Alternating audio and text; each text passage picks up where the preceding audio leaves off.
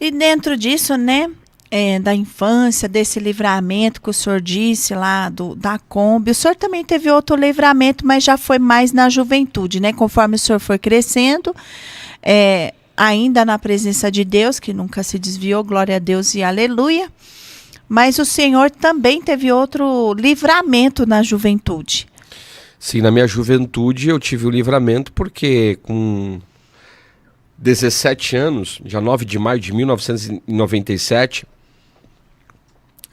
eu fui baleado. Tomei um tiro, menino de igreja, caseiro, mas voltando da escola, uma pessoa foi lá e testou a arma em mim. Olha só, o cara comprou uma arma de fogo, né, uma PT-380, e ele, na realidade, eu tava andando na rua, assim, quase do lado da calçada, entre a rua, e o rapaz falou assim, sai da rua, menino, e pá!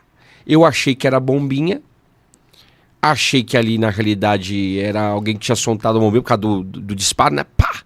Eu falei, nossa, quem é que tá soltando bombinha aqui? Só que eu comecei a escutar um barulho, como, sabe quando a torneira de água tá sem água na casa, mas depois chega água e você deixou a torneira aberta, que ela fica... Sim. Fazendo aquele barulho, como que se estivesse chegando água. Desguichinho, né? Aqueles esguichos. E aí eu comecei a ouvir aquilo, aqueles esguichos. Eu falei, nossa, que estranho isso. O que é isso? E eu tava com uma camiseta de manga longa, branca. Olha só, uma camiseta de manga longa branca. E eu falei, meu Deus, o que é isso? Eu escutei aquele barulho, o cara passou, eu fiquei olhando assim pra ele, não entendi nada. Mas daqui a pouco, quando eu olhei assim pro meu corpo, todo cheio de sangue. Todo ensanguentado. Misericórdia. Levei um tiro nas costas, em cima do coração. O tiro, na realidade, ele subiu um pouquinho e saiu. Não sei se vai dar pra ver, né? Não sei se vai dar... Oh, meu Deus, visita aí. Meu filho vai dar um zoom aqui, ó. Olha lá, ó. Deixa eu ver. Deixa eu abaixar só um pouquinho aqui, ó. Ó. Já dá pra ver um pouquinho aqui, ó. Tá vendo, ó? A marca, onde a bala saiu. É a marca mas atrás promessa. ela entrou no coração, né? Eu tenho a marca da promessa. Olha aí, ó. Ali, tá vendo? Olha aí, ó. Aqui, ó. Bem aqui, ó. Tá vendo aqui? Olha lá, dá pra ver ali a marca. Ela saiu aí. Ela saiu aqui. Nas minhas... Aqui... Na onde levou o tiro... Ver, mostra aí, ó. Moody. Olha isso aqui. É verdade. Aqui ficou um A. Porque aqui eu levei... O dreno. O dreno. Não, do jeito que tava melhor. Aí, ó. Tem um dreno aqui, ó. Não sei se tá... Menino. Tá vendo, ó, tem um dreno aqui, tá vendo aqui, ó? Bem aqui, ó. Olha lá, ó. Aqui é um dreno. Tive um dreno. Nas costas, fez um furinho assim, ó. A bala entrou nas costas... Em direção ao coração. Direção ao coração. E saiu ali, que a bala desviou. Na realidade, minha mãe fala que o doutor falou pra ela, né? Nossa, o teu filho é um milagre, porque a bala parece passando nas veias vitais do coração. E aí foi um rolo, porque, olha só, meu Deus. Você vê, gente, Deus é Deus de livramentos, eu creio, Espírito Santo. Deus é o Deus de livramentos. O inimigo vem contra a gente, mas o Senhor é Deus para nos livrar do mal. Olha só, tô vivo pela mão forte do Senhor. Era para mim, hoje eu tô fazendo aí, faz as contas aí, 1997, né? Eu tô com hoje 28 anos de idade. Aleluia. Você casou com um homem mais novo do que você.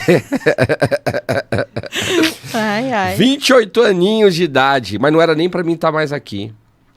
E você sabe que se eu não estivesse aqui, quantas pessoas talvez não poderiam falar assim, nossa, porque o ser humano é assim, né? O ser humano, ele é duvidoso das coisas. Ele não conhece o caráter das pessoas. Não. Poderiam falar, será que ele não estava aprontando? Será que ele não estava usando substância? Será que ele não se envolveu em alguma coisa? E não. Menino caseiro de igreja, que aprendeu dentro desses princípios que eu falei aqui com os meus pais. Mas olha só, o inimigo sabe do propósito que o Senhor tem sobre a tua vida. E o que ele quer? Ele quer acabar com você.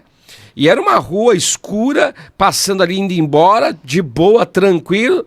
Era uma rua que normal, costumeira. O cara foi testar a arma, atirou em mim.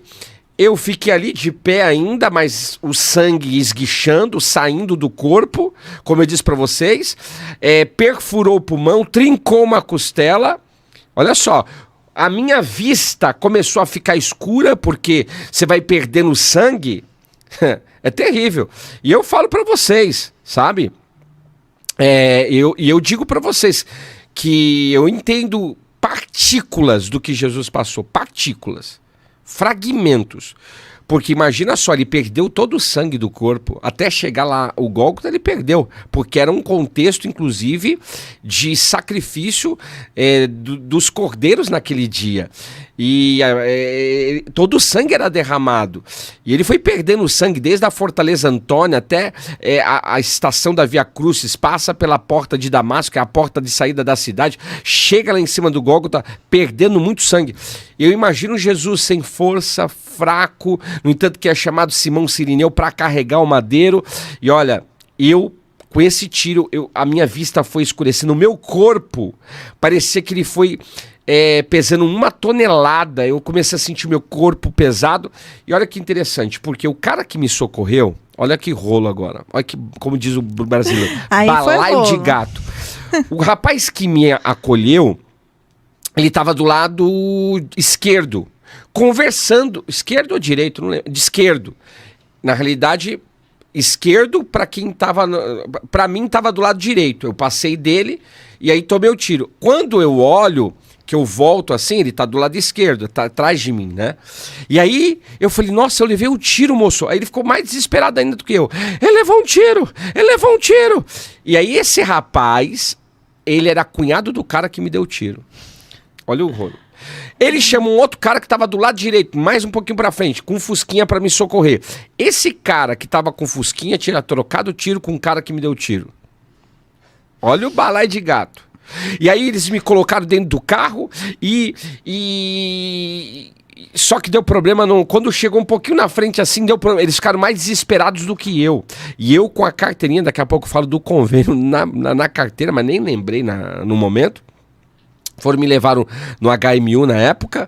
E só que quando a gente chegou na pracinha, tinha uma pracinha bem pertinho assim, sei lá, 50 metros, uma praça, olha só. Eu falei, meu primo tá aqui, avisa o meu primo. Avisaram o meu primo desesperado, chegou gritando na casa do meu pai, Tio Nica, o Rogério levou um tiro. É terrível, imagina uma pessoa falar assim, né? Desesperado também. O rapaz que me acolheu com o carro deu um problema lá no pedal do carro, na verdade tinha escapado, ele no desespero não viu. Eu tive que trocar de carro. Nesse cenário ainda troquei de carro. Troco de carro, pareço no HMU, os policiais ficam tudo em cima, porque eles acham que é alguma pessoa que... um criminoso, bandido, ladrão, alguma coisa. E na realidade era um menino de 17 anos que tinha sido baleado. Sem motivo. Sem motivo nenhum. Na volta da escola. Olha só. Na volta da escola. Então você vê... E o inimigo... É o que eu falo, queridos. O inimigo vai fazer de tudo para te parar. Ele vai fazer de tudo para parar você. Ali o inimigo quis me matar. Por que ele quis me matar? Porque ele sabia o que estava guardado para ele. Por isso que eu falo para você, não pare, não retroceda. O slogan do nosso trabalho de ministério é: comece do nada e não pare por nada.